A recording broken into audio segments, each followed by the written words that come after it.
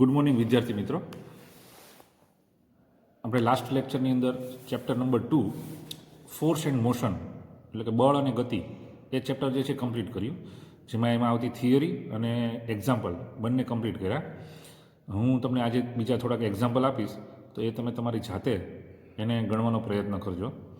અને એના અંદર આવતા ક્વેશ્ચન જે છે એ જે થિયરીના જે નામ લખેલા છે એ જ એના ક્વેશ્ચન છે. દાખલા તરીકે તમને એક્ઝામમાં એવું પૂછાય કે ભાઈ ન્યૂટનની ગતિના નિયમો જે છે એના સેન્ટેન્સ એટલે કે એના વિધાન લખો, બરાબર, એવો ક્વેશ્ચન પૂછાય. અથવા તો તમને એવું કે ગતિ એટલે શું, અથવા એવું પૂછાય કે ગતિના સમીકરણો તારવો, બરાબર, prove the equation of motion. તો આવા જે ક્વેશ્ચન છે ને એક્ઝામમાં પૂછાય છે, તો એનું એક લિસ્ટ જે છે એ તમને હું બનાવીને આપીશ. તો એ તમારી રીતે તમારે જોઈ લેવાનું રહેશે. વોટ્સએપમાં તમને હું સેન્ડ કરી દઈશ. આજે આપણે જે છે ને chapter number 3 general properties of matter એટલે કે પદાર્થના સામાન્ય ગુણધર્મો એ ચેપ્ટર સ્ટાર્ટ કરશું. આ ચેપ્ટર જે છે એમાંથી એક્ઝામની અંદર ઘણા બધા ક્વેશ્ચન પૂછાય છે. ઓછામાં ઓછા 3 થી 4 ક્વેશ્ચન તો સાચા જ અને એક્ઝામ્પલ પણ પૂછાશે. તો તમારે આ ચેપ્ટર જે છે એ હું તમને જેમ સમજાવતો જતો હોય એ પ્રમાણે તમે તમારી નોટ્સ જે છે એ કમ્પ્લીટ કરતા જાઓ. હું જે અહીંયા ભણાવું એ પ્લસ તમારી પાસે ટેક્સ્ટ બુક હોય તો એની અંદરથી પણ તમે તમારા આમાંથી આવતા જે ટૉપિક્સ જે છે જેમ હું ભણાવતો જ એમ રીડિંગ કરતા રહેજો. ક્લિયર?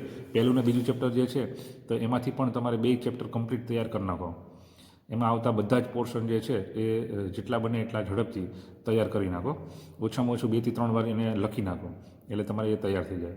આજે આપણે ચેપ્ટર નંબર 3 જે છે એ સ્ટાર્ટ કરીશું. તો ચેપ્ટર નંબર 3 જે છે શું છે કે જનરલ પ્રોપર્ટીઝ ઓફ મેટર, તો પદાર્થના સામાન્ય ગુણધર્મો. ક્લિયર? તો સૌપ્રથમ તો આપણે જોઈએ કે ભાઈ પદાર્થ જે છે એના પ્રકાર કેટલા છે, કે પદાર્થના પ્રકાર કેટલા છે. તો પદાર્થના સામાન્ય રીતે 3 પ્રકાર છે, કે there are 3 types of matter in તો solid, liquid and gas. Solid, liquid and gas એટલે કે ઘન, પ્રવાહી અને વાયુ, એમ 3 પ્રકારના પદાર્થના પ્રકાર છે. આ જે પદાર્થ જે છે એની પાસે દરેક પાસે કંઈક ને કંઈક ગુણધર્મ રહેલા હશે, એની કંઈક લાક્ષણિકતા હશે, બરાબર. દરેકને કંઈક ને કંઈક લાક્ષણિકતા હશે.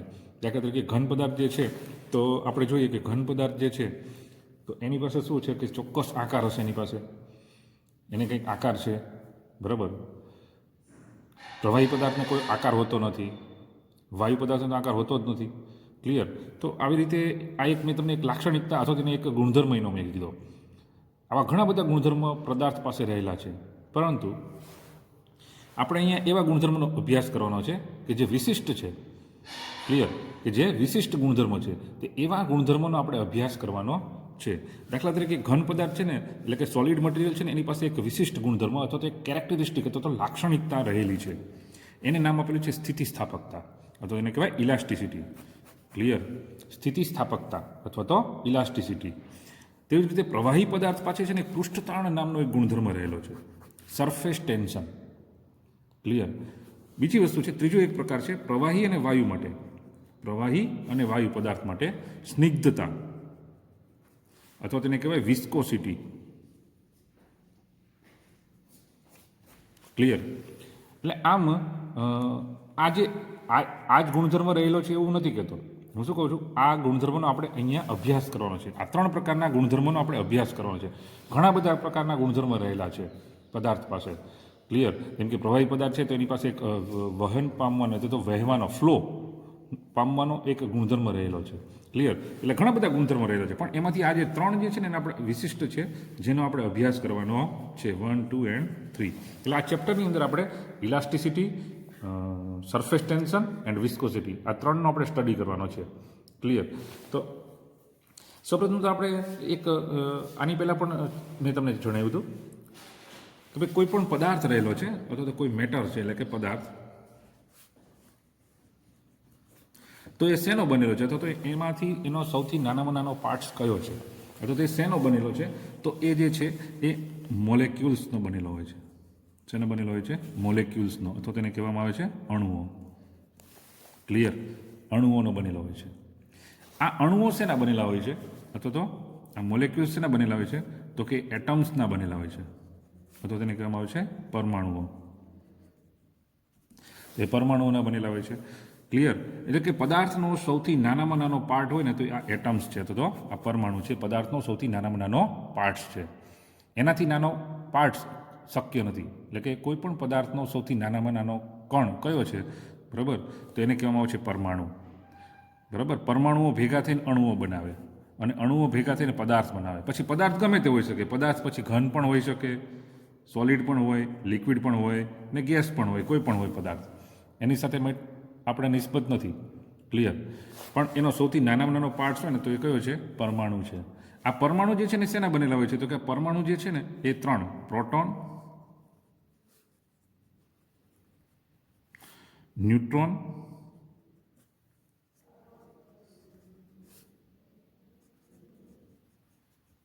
અને ઇલેક્ટ્રોન. આ 3ની મદદથી બને. પરમાણુ જે છે અથવા તો એટમ જે છે એની એ પ્રોટોન, ન્યુટ્રોન અને ઇલેક્ટ્રોનના બનેલા હોય છે. જેમાં પ્રોટોન છે ને એની પાસે પોઝિટિવ ચાર્જ છે એટલે એને P+ વડે દર્શાવવામાં આવે છે. ન્યુટ્રોન પાસે કોઈ જ ચાર્જ નથી એટલે એને N0 વડે દર્શાવવામાં આવે છે. એ તટસ્થ છે, એની પાસે કોઈ ચાર્જ નથી. અને ઇલેક્ટ્રોન જે છે, ઇલેક્ટ્રોન એની પાસે નેગેટિવ ચાર્જ છે. કેવો ચાર્જ છે? એની પાસે નેગેટિવ ચાર્જ છે.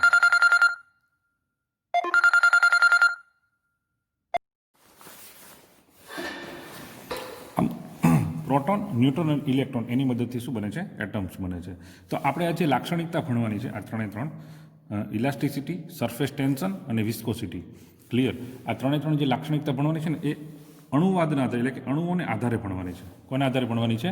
અણુઓના આધારે ભણવાની છે. ક્લિયર છે? ચલો નેક્સ્ટ.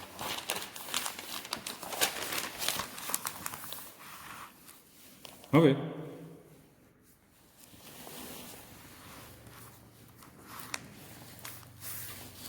ઘન પદાર્થ હશે, કોઈ પણ ઘન પદાર્થ હશે. દાખલા તરીકે આપણે એક એક્ઝામ્પલ લઈએ. દાખલા તરીકે આ એક ઘન પદાર્થનું પોર્શન છે. તો એની અંદર જે અણુઓ જે છે ને એ કંઈક આ રીતે ગોઠવાયેલા હશે.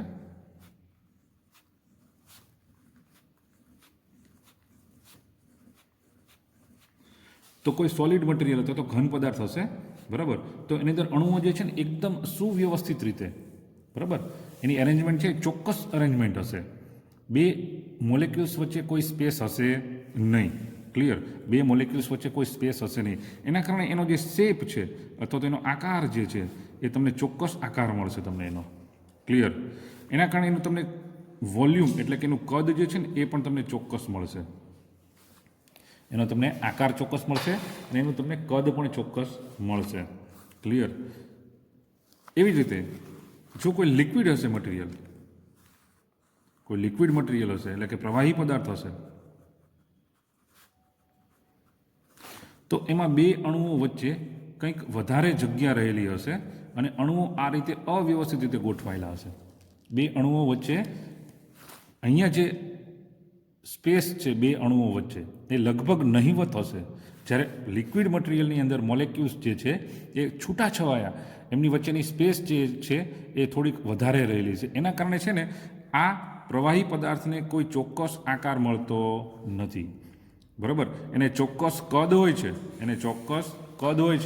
એટલે કે એનું વોલ્યુમ તમને મળે છે ફિક્સ, પણ તમને એનું આકાર મળતો નથી. એટલે પ્રવાહી પદાર્થને આપણે એમ કહેવાય કે એને આકાર હોતો નથી. તમે જે પાત્રમાં એને ભરો એવો આકાર એ ધારણ કરી લે છે. ક્લિયર. અને એ આપણને ખ્યાલ જ છે. તો એવું છે ને આના કારણે થાય છે, કારણ કે એના અરેન્જમેન્ટ ઓફ મોલેક્યુલ્સ જે છે એ વ્યવસ્થિત નથી હોતી. એની વચ્ચે કંઈક સ્પેસ રહેલી હોય છે. ક્લિયર. નેક્સ્ટ થર્ડ પાર્ટ જોઈએ, ગેસ. બરાબર.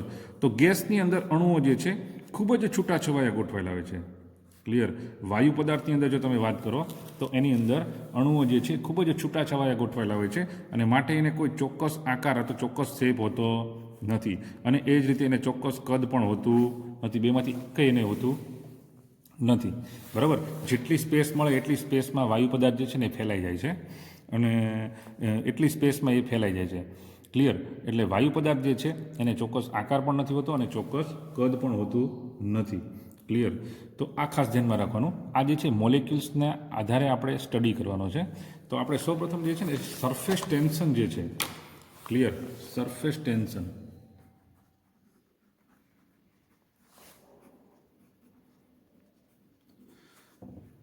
અથવા તો પૃષ્ઠતાણ, આના વિશે અભ્યાસ કરવાનો છે. તો સૌપ્રથમ તો આપણે એના નામ ઉપર જઈએ. પૃષ્ઠતાણ, પૃષ્ઠ એટલે સૌથી ઉપરની જે સપાટી હોય પૃષ્ઠ, અને તાણ એટલે ખેંચાણ બળ. એટલે કે અહીંયા કંઈક સપાટી ઉપર કંઈક ખેંચાણ બળ અથવા તો બળ લાગતું હશે. ક્લિયર? આ જે છે એ સરફેસ ટેન્શન વિશેનો જે સૌથી પ્રથમ 3 પાર્ટ્સ જે છે એમાંથી સૌથી પ્રથમ આપણે સરફેસ ટેન્શન વિશે સ્ટડી કરીએ. તેમાં જે સરફેસ ટેન્શનમાં શું છે તો કે પૃષ્ઠતાણ, કે પૃષ્ઠ ઉપર કંઈક ચોક્કસ પ્રકારનું બળ લાગતું હશે. બરાબર? આપણને નામ ઉપરથી આટલી ખબર પડે. તો એની અંદર આપણે અલગ અલગ એના ટોપિક્સ જે છે એ વારાફરતી છે એ જોતા જઈએ, એટલે આપણને ખ્યાલ આવે કે એની અંદર જે છે એ સરફેસ ટેન્શન જે છે એ કઈ રીતે અથવા તો કોના પર લાગે છે, બળ કેટલું લાગે છે, એ બધી જ વસ્તુનો સ્ટડી આપણે આ પોર્શનમાં કરશું. તો પૃષ્ઠતાણ જે છે અથવા તો સરફેસ ટેન્શન છે એ પ્રવાહી પદાર્થનો વિશિષ્ટ ગુણધર્મ છે, ખાસ યાદ રાખવાનું. બરાબર? આ જે ગુણધર્મ જે છે એ ઘન કે વાયુ પદાર્થને નહીં હોય, ફક્ત ને ફક્ત લિક્વિડની પાસે જ આવો ગુણધર્મ રહેલો છે. એટલે જો કોઈ પણ પદાર્થ લિક્વિડ હશે તો એની પાસે સરફેસ ટેન્શન નામનો પ્રોપર્ટી રહેલી હશે, એટલે કે સરફેસ ટેન્શન નામનો ગુણધર્મ રહેલો હશે. ક્લિયર? એમાં એક ટોપિક આવે છે મોલેક્યુલર રેન્જ. મોલેક્યુલર રેન્જ અથવા તેને કહેવામાં આવે છે અણુ અવધિ. અણુ અવધિ અથવા તેને કહેવામાં આવે છે મોલેક્યુલર રેન્જ. તો કોઈ પણ પદાર્થ જે છે એની ડેફિનેશનમાં કંઈક એવું કહે છે કે કોઈ પણ પ્રવાહી પદાર્થમાં અણુ વચ્ચે લાગતા આકર્ષણ બળને, અણુ વચ્ચે લાગતા આકર્ષણ બળને કેટલા અંતર સુધી લાગે છે. આ જે અંતર જે છે, આ જે ડિસ્ટન્સ જે છે એને શું કહેવામાં આવે છે? અણુ અવધિ અથવા તેને મોલેક્યુલર રેન્જ તરીકે ઓળખવામાં આવે છે. તો જો એક એક્ઝામ્પલ જોઈએ આપણે. દાખલા તરીકે આ પ્રવાહી પદાર્થના અણુઓ છે. આ પ્રવાહી પદાર્થના અણુઓ રહેલા છે. ક્લિયર? આ અણુઓ છે એ છૂટાછવાયા ભલે છે થોડા થોડા, પણ એમની વચ્ચે કોઈ ચોક્કસ પ્રકારનું આકર્ષણ બળ લાગતું હોય છે. આ અણુઓ વચ્ચે કોઈ ચોક્કસ પ્રકારનું આકર્ષણ બળ લાગતું હોય છે. ક્લિયર? દાખલા તરીકે આપણે એક વાત કરીએ કે આ જે અણુ જે છે, ક્લિયર, આ અણુ જે છે એ અમુક અંતર સુધી બીજા અણુ ઉપર પોતાનું આકર્ષણ બળ છે એ લગાડતા હોય, એટલે કે એટ્રેક્શન ફોર્સ છે એ લગાડતા હોય. ક્લિયર? આ આકર્ષણ બળ ક્યાં સુધી લાગતું હોય? અમુક અંતર સુધી. અમુક અંતર સુધી. બરાબર? દાખલા તરીકે આ અંતર જે છે આ આટલું છે. ક્લિયર? આ અંતર જે છે આટલું છે. તો આટલા અંતર સુધી આ મોલેક્યુલ્સ જે છે, આટલા અંતર સુધીમાં જેટલા પણ બીજા મોલેક્યુલ્સ હશે, બીજા જેટલા પણ અણુઓ હશે, તેના પર પોતાનું આકર્ષણ બળ લગાડશે. અને એ એક જગ્યાએ નહીં, ચારેય દિશામાં. ક્લિયર? આવી રીતે ચારેય દિશામાં એ પોતાનું આકર્ષણ બળ જે છે એ લગાડશે. ક્લિયર? તો આ જે બળ લગાડે છે જેટલા અંતર સુધી, એટલે કે આ એક પર્ટિક્યુલર મોલેક્યુલ પોતાનું આકર્ષણ બળ બીજા અણુઓ પર કેટલા અંતર સુધી લગાડી શકે છે? એ જેટલા અંતર સુધી લગાડી શકે છે એને કહેવામાં આવે છે અણુ અવધિ. એને શું કહેવામાં આવે છે? અણુ અવધિ તરીકે ઓળખવામાં આવે છે, અથવા તેને કહેવામાં આવે છે મોલેક્યુલર રેન્જ. ક્લિયર? અહીંયા શું થશે? આ મોલેક્યુલ્સ છે એ જેટલું બળ આ મોલેક્યુલ્સ ઉપર લગાડશે, એટલે કે આ અણુ જેટલું બળ આ અણુ પર લગાડશે એટલું જ બળ આ અણુ પર આના પર લગાડશે. વાઇસી વર્સા, રિવર્સ હોય બંને. ક્લિયર? એટલે આ અણુ જેટલું બળ લગાડે એટલું જ આ અણુ આના પર બળ લગાડે. અને એ અંતર જે છે, આ અણુ જે છે એ પોતાનું આકર્ષણ બળ આ રેન્જ કરતાં વધારે અંતરે આવેલા કોઈ બીજા અણુ હોય તો એના પર લગાડી શકે નહીં. એટલે આ રીતે શું થાય? બધા જ અણુઓ જે છે, આ તો મેં એક ઉદાહરણ આપ્યું, એવી રીતે આ જે મેં રાઉન્ડ દોર્યું છે આ રીતે, એવું રાઉન્ડ આના માટે તમે કરી શકો, આના માટે પણ હોઈ શકે. દરેકે દરેક અણુને પોતાનું એક અણુ અવધિ, એટલે કે દરેકે દરેક અણુને આવી રીતે અણુ અવધિ હોય કે એટલા અંતર સુધી એ પોતાનું આકર્ષણ બળ બીજા અણુ પર લગાડી શકે છે. ક્લિયર? હવે આ જે છે આ રીતે મેં તમને અહીં તમને વર્તુળ દેખાય છે, પણ હકીકતમાં એક ગોળો હોય. ચારેય દિશામાં એ શું મળતું હોય? તમને એક સ્ફિયર મળે, ગોળો મળે. એટલા અંતર સુધી એ પોતાનું આકર્ષણ બળ બીજા અણુઓ પર લગાડતું હોય છે. તો આવી રીતે જે આ ગોળો મળે ને એને શું કહેવામાં આવે છે? અણુક્રિયા ગોળો કહેવામાં આવે છે. શું કહેવામાં આવે છે ને? અણુક્રિયા ગોળો. બરોબર? અથવા તો એને ઇંગ્લિશમાં કહેવાય influence of sphere. Influence of sphere કહેવાય એને. ક્લિયર. એને શું કહેવામાં આવે? ઇન્ફ્લુઅન્સ ઓફ સ્ફિયર કહેવામાં આવે એને, અથવા તેને અણુક્રિયા ગોળો તરીકે ઓળખવામાં આવે છે. અણુક્રિયા ગોળો તરીકે ઓળખવામાં આવે છે. ક્લિયર. તો આપણે ડેફિનેશન વાઇઝ જોઈએ તો કે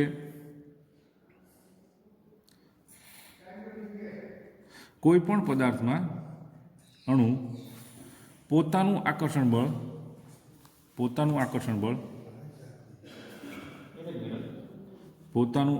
બળ જેટલા અંતર સુધી બીજા અણુઓ પર લગાડી શકે છે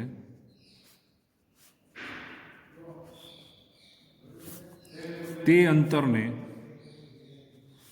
અણુ અવધિ અથવા તો મોલેક્યુલર રેન્જ કહે છે. શું કહેવાય છે એને? અણુ અવધિ કહે છે અથવા તો મોલેક્યુલર રેન્જ કહે છે. એકદમ ઇઝી છે. ક્લિયર. ડેફિનેશન તો એક અણુ બીજા અમુક અંતર સુધી પોતાનું આકર્ષણ બળ બીજા પર લગાડી શકે, જેટલા અંતર સુધી, જેટલા ડિસ્ટન્સ સુધી લગાડી શકે એને કહેવાય અણુ અવધિ. ક્લિયર. ખાસ ધ્યાનમાં રાખવાનું, આ જે છે અણુ અવધિ અથવા મોલેક્યુલર રેન્જ ને R0 વડે દર્શાવવામાં આવે છે. શેના વડે દર્શાવવામાં આવે છે? R0 વડે દર્શાવવામાં આવે છે. આ ખાસ યાદ રાખવાનું. R0 જ્યારે હું શબ્દ વાપરું ત્યારે તમને ખબર પડી જવી જોઈએ કે આ જે છે મોલેક્યુલર રેન્જની વાત ચાલે છે. ક્લિયર. અને અણુક્રિયા ગોળો એ તમને ખબર પડી ગઈ. ક્લિયર. અણુક્રિયા ગોળો, આ જે છે અણુક્રિયા ગોળો છે, એક થિયરી જે છે એની અંદર પાછું ફરીથી આવશે, એટલે એ વખતે હજી તમને ખ્યાલ આવશે ફરી વખત. ક્લિયર. તો અત્યારે અણુક્રિયા ગોળો વિશે તમે ખાલી યાદ રાખજો કે આ તમને જે આ રીતે સ્ફિયર મળે છે, એટલે કે કોઈ એક અણુ જે છે એને પર્ટિક્યુલર એ અણુ પોતાનું આકર્ષણ બળ અમુક અંતર સુધી બીજા અણુઓ પર લગાડે, એના કારણે પ્રવાહીની અંદર એક તમને ગોળો મળશે, સ્ફિયર મળશે. ક્લિયર. બરાબર. તો એ ગોળો મળશે એને શું કહેવામાં આવે છે? અણુક્રિયા. તો અણુક્રિયા ગોળો કોને કહેવાય અને અણુ અવધિ કોને કહેવાય આપણને ખ્યાલ આવી ગયો. ક્લિયર. એના પછી આપણે જોઈએ નેક્સ્ટ તો કે જ્યારે બળ જે છે ને, બળ ફોર્સ જે છે ને એ બે પ્રકારે લાગતા હોય છે. એક છે બળ જે છે સામાન્ય રીતે બે પ્રકારે લાગે છે. એક છે આકર્ષણ બળ અને બીજું છે અપાકર્ષણ બળ. તો આકર્ષણ બળ છે એને એટ્રેક્શન ફોર્સ કહેવાય. Attraction force.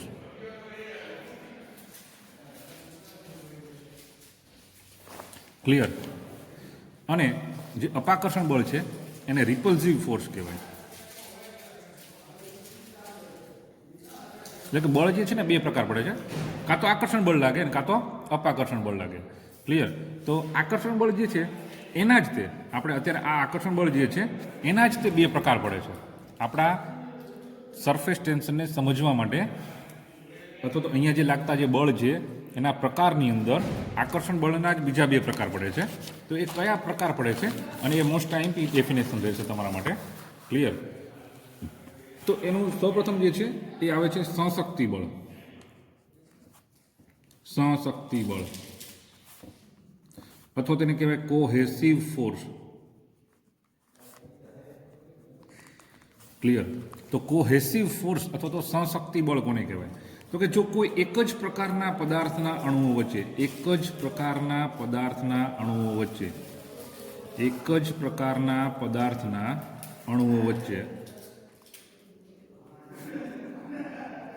આકર્ષણ બળ લાગતું હોય તો તેને સહશક્તિ બળ કહે છે. તો તેને શું કહેવામાં આવે છે? સહશક્તિ બળ કહેવામાં આવે છે. ક્લિયર. પ્રકાર કેવો છે? એક જ પ્રકારના પદાર્થના અણુઓ હોય છે અને એમની વચ્ચે જો આકર્ષણ બળ લાગતું હોય તો એને શું કહેવામાં આવે છે? સહશક્તિ બળ કહેવામાં આવે છે. દાખલા તરીકે હું એક કહું કે આ જે અણુ જે છે એ પાણીનો અણુ છે અથવા તો H2O નો મોલેક્યુલ્સ છે, અને બીજો પણ આ અણુ જે છે એ પણ કેનો અણુ છે? પાણીનો અણુ છે, H2O નો મોલેક્યુલ્સ છે. જો આ બે વચ્ચે આકર્ષણ બળ લાગે, શું લાગે છે? આ બંને વચ્ચે એટ્રેક્શન ફોર્સ લાગે, આકર્ષણ બળ લાગે. બરાબર. આકર્ષણ બળ લાગે તો એને શું કહેવામાં આવે છે? સહશક્તિ બળ અથવા તો કોહેસિવ બળ કહેવામાં આવે એને. કોહેસિવ ફોર્સ કહેવામાં આવે છે. દાખલા તરીકે બીજું ઉદાહરણ લઈએ. આ પાણીનો અણુ છે, એવી જ રીતે દાખલા તરીકે આ જે અણુ છે એ ગ્લાસનો અણુ છે, આ બીજો અણુ પણ ગ્લાસનો અણુ છે. ક્લિયર. ગ્લાસ, કાચ. આની વચ્ચે જો ફોર્સ લાગે, ક્લિયર, આની વચ્ચે આકર્ષણ બળ લાગે તો એને શું કહેવામાં આવે છે? સહશક્તિ બળ અથવા તેને કહેવામાં આવે છે કોહેસિવ ફોર્સ તરીકે ઓળખવામાં આવે છે. ક્લિયર. જો એકદમ સિમ્પલ છે. નેક્સ્ટ જોઈએ આસક્તિ બળ. એને કહેવામાં આવે છે એડહેસિવ ફોર્સ. Adhesive force. તો આ જ રીતે જે ઉપરની ડેફિનેશન તમે જોઈ હતી એમાં થોડોક ચેન્જીસ. તો જુદા જુદા પ્રકારના પદાર્થના અણુઓ વચ્ચે આકર્ષણ બળ લાગે તો તેને શું કહેવામાં આવે છે? એડહેસિવ ફોર્સ તરીકે અથવા તો આસક્તિ બળ તરીકે ઓળખવામાં આવે છે. પહેલાંની અંદર કેવું હતું? બંને મોલેક્યુલ્સ કેવા હતા? સેમ હતા, સરખા હતા, એટલે એક જ પ્રકારના પદાર્થના અણુ હતા. અહીંયા શું થઈ જાય છે? બે જુદા પ્રકારના પદાર્થના અણુઓ હશે તો એમની વચ્ચે જો આકર્ષણ બળ લાગે તેને શું કહેવામાં આવે છે? આસક્તિ બળ કહેવામાં આવે છે. દાખલા તરીકે આ જે એક અણુ જે છે એ H2O નો છે, એટલે કે પાણીનો અણુ છે. ક્લિયર? H2O પાણીનો અણુ છે. અને આ બીજો એક અણુ જે છે એ શું છે? ગ્લાસનો અણુ છે દાખલા તરીકે. બરાબર. અને જો આમની વચ્ચે આકર્ષણ બળ લાગે તો એને શું કહેવામાં આવે છે? એડહેસિવ ફોર્સ કહેવામાં આવે છે. ખાસ ધ્યાનમાં રાખજો. બંને ડેફિનેશન મોસ્ટ આઈએમપી. ક્લિયર? એકદમ સિમ્પલ. એક જ પ્રકારના પદાર્થના અણુ વચ્ચે આકર્ષણ બળ લાગે તો સહશક્તિ બળ. બરાબર. અને જુદા પ્રકારના અણુઓ વચ્ચે બળ લાગે તો એને શું કહેવામાં આવે છે? એડહેસિવ ફોર્સ તરીકે ઓળખવામાં આવે છે. આવી જ રીતે બીજું ઉદાહરણ તમારે લખવું હોય તો એક અણુ જે છે એ દાખલા તરીકે આપણે જોઈએ કે એક અણુ છે પેપરનો છે, એટલે કે કાગળનો અણુ છે. બીજો અણુ જે છે એ એક ગુંદર એટલે કે ગ્લુનો અણુ છે. જો આમની વચ્ચે આકર્ષણ બળ લાગે તો એને શું કહેવામાં આવે? આમની વચ્ચે જો આકર્ષણ બળ લાગે તો શું કહેવાય? એને એડહેસિવ ફોર્સ તરીકે ઓળખવામાં આવે છે. ક્લિયર? આવા ઘણા બધા પ્રકારના ઉદાહરણ તમે લખી શકો. તમે એટલા માટે તે જે મટીરિયલ જે છે એનાથી બે પદાર્થો છે ને એ ચોંટી શકતા હોય તેને એડહેસન્ટ મટીરિયલ કહેવાય. કેવું મટીરિયલ કહેવાય ને? એડહેસન્ટ મટીરિયલ કહેવાય એને. ક્લિયર? એને એડહેસન્ટ મટીરિયલ તરીકે ઓળખવામાં આવે છે. દાખલા તરીકે ફેવિકોલ છે એને એડહેસન્ટ મટીરિયલ કહેવાય. ક્લિયર? તો આ જે છે એ મોલેક્યુલર રેન્જ, સહશક્તિ બળ અને આસક્તિ બળ, આ ત્રણેય જે છે ડેફિનેશન તમારે ખાસ યાદ રાખવાની છે. હવે એવું થાય કે ભાઈ આ જે સરફેસ ટેન્શન છે એ આપણને જોવા ક્યાં મળે છે? ક્લિયર? આપણને જોવા ક્યાં મળે છે? અથવા તો આ બળ જે છે કેવા પ્રકારનું બળ છે? એના વડે થાય છે શું? અથવા તો આ સમજવામાં આપણને સાયન્ટિસ્ટ જે છે, વૈજ્ઞાનિકો જે છે એને કઈ જગ્યાએ આવું બળ જોવા મળ્યું કે એમણે આ જે છે એ બળને કઈ રીતે દર્શાવ્યું છે, અથવા તો એમને કઈ રીતે ખબર પડી કે આ બળ છે એ પ્રવાહીના અણુઓ વચ્ચે લાગે છે. ક્લિયર? તો આપણે જોઈએ કે ભાઈ ગુરુત્વાકર્ષણ બળના કારણે શું થાય? કોઈ પણ મટીરિયલ અથવા તો કોઈ પણ પદાર્થ છે એ ઉર્ધ્વ દિશામાંથી નીચે તરફ, એટલે કે ડાઉનવર્ડ ડાયરેક્શનમાં, ઉપરની દિશાથી નીચેની દિશા તરફ ઓટોમેટિક ગતિ કરે ગુરુત્વાકર્ષણ બળના કારણે. તો એ સ્વાભાવિક છે. પણ જો કોઈક વાર એવું થાય કે ભાઈ કોઈ પદાર્થ જે છે અધો દિશામાંથી, એટલે કે નીચેથી ઉપર તરફ જતું હોય તો એના ઉપર તમારે ફરજિયાત કોઈક ફોર્સ લગાડવું પડે. એના વગર શક્ય છે નહીં. ક્લિયર? તો સામાન્ય રીતે આપણે જોઈએ કે દાખલા તરીકે દીવો સળગાવીએ આપણે, કેરોસીન લેમ્પ. બરાબર? તો દીવો છે એમાં દીવો અથવા તો કેન્ડલ, મીણબત્તી. બરાબર? તો એમાં શું થશે? મીણ જે છે પીગળીને નીચેની દિશાથી ઉપરની દિશા તરફ ગતિ કરે છે. બરાબર? મીણ છે કેવું થઈ જશે? પહેલાં લિક્વિડ ફોર્મમાં થઈ જશે અને પછી ધીમે ધીમે ઉપર તરફ એ ગતિ કરશે. એવી જ રીતે કેરોસીન લેમ્પ હોય તો એમાં એવું જ થાય છે ને, દિવેટ વડે કેરોસીન છે શું થશે? ધીમે ધીમે દિવેટ વાટે ઉપર તરફ ગતિ કરે છે. બરાબર? જો નીચે તરફ કોઈ પદાર્થ ગતિ કરતો હોય ને તો આપણને ખ્યાલ છે ગુરુત્વાકર્ષણ બળના કારણે એ ગતિ કરે. તો અહીંયા તો એના કરતાં રિવર્સ થયું. નીચેની દિશા તરફથી કોઈ પદાર્થ જે છે ઉપરની દિશા તરફ ગતિ કરે છે. એટલા માટે એવું થાય કે અહીંયા કંઈક ચોક્કસ પ્રકારનું કોઈક બળ લાગતું હોવું જોઈએ. એના વગર શક્ય છે નહીં. ક્લિયર? કોઈ પદાર્થ ઉપરથી નીચે તરફ ગતિ કરે ને તો એના માટે તો ગુરુત્વાકર્ષણ બળ છે. એમાં કંઈ એમાં આપણને કંઈ અચંબિત નથી થતા આપણે. એટલે કે કારણ શું છે? આપણને ખબર છે અહીંયા એ બળ લાગે છે. પણ જ્યારે એના કરતાં રિવર્સ ઊંધું થાય, નીચેની દિશા તરફથી કોઈ પદાર્થ ઉપરની દિશા તરફ ગતિ કરે તો હંમેશા ત્યાં કોઈક બળ લાગતું જોવા મળશે. બરાબર? બળ લાગ્યા સિવાય કોઈ પદાર્થની ગતિ થાય નહીં. એ આપણે આગળના ચેપ્ટરમાં સમજી ગયા. બરાબર? નહીં તો પદાર્થ કેવો રહે? સ્થિરનો સ્થિર જ રહે. ન્યૂટનની ગતિનો પ્રથમ નિયમ. જો પદાર્થ પર બળ ન લાગે ત્યાં સુધી પદાર્થ પોતાની સ્થિતિ જાળવી રાખે છે. ક્લિયર? તો આ આપણે જે જોયું એના કારણે આપણને એવું થયું કે ભાઈ આ અહીંયા કંઈક એવું ચોક્કસ પ્રકારનું બળ લાગતું હોવું જોઈએ. વૈજ્ઞાનિકોને એવો અંદાજ આવ્યો કે ભાઈ અહીંયા કંઈક એવું બળ લાગતું હોવું જોઈએ. આવું જ છે ને એ આપણને વૃક્ષની અંદર પણ જોવા મળે છે, વનસ્પતિની અંદર પણ. વનસ્પતિ જે છે પાણી જે છે ને એ જમીનમાંથી શોષે છે. ક્યાંથી શોષે છે? જમીનમાંથી શોષે છે, બરાબર. તો જમીનમાંથી ઉપર તરફ પાણી જે છે કઈ રીતે ગતિ કરતું છે એવો આપણને એક આશ્ચર્ય થયું, અથવા તો આપણને એક પ્રશ્ન ઉત્પન્ન થયો કે આવું કઈ રીતે થતું હશે. એટલે કાં તો વનસ્પતિ પાસે કંઈક એવો ચોક્કસ ગુણધર્મ હોવો જોઈએ, અથવા તો પાણી પાસે કંઈક એવો ગુણધર્મ હોવો જોઈએ કે જેના કારણે શું થાય છે કે એ મટીરિયલ અથવા તો એ પાણી જે છે એ નીચેની દિશા તરફથી ઉપરની દિશા તરફ ગતિ કરે છે. તો આવું જે છે ને એ આપણને ક્યાં જોવા મળે છે? તો આવું શા કારણે આવું જોવા મળે છે? તો એ છે ને એ સરફેસ ટેન્શનના કારણે જોવા મળે છે, પૃષ્ઠ તાણના કારણે જોવા મળે છે. ક્લિયર? કે જેના કારણે કોઈપણ પ્રવાહી પદાર્થ જે છે નીચેની દિશાથી ઉપરની દિશા તરફ ગતિ કરે છે.